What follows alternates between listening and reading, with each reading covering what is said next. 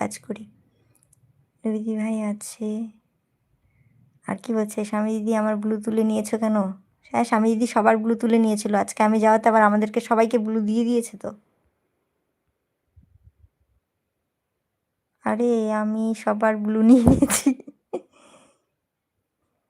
তোমার লাইভে আমার কমেন্ট শোনেনি। আরে কমেন্ট রেখে আসো, তোমাকে ব্লু দিয়ে দিবে।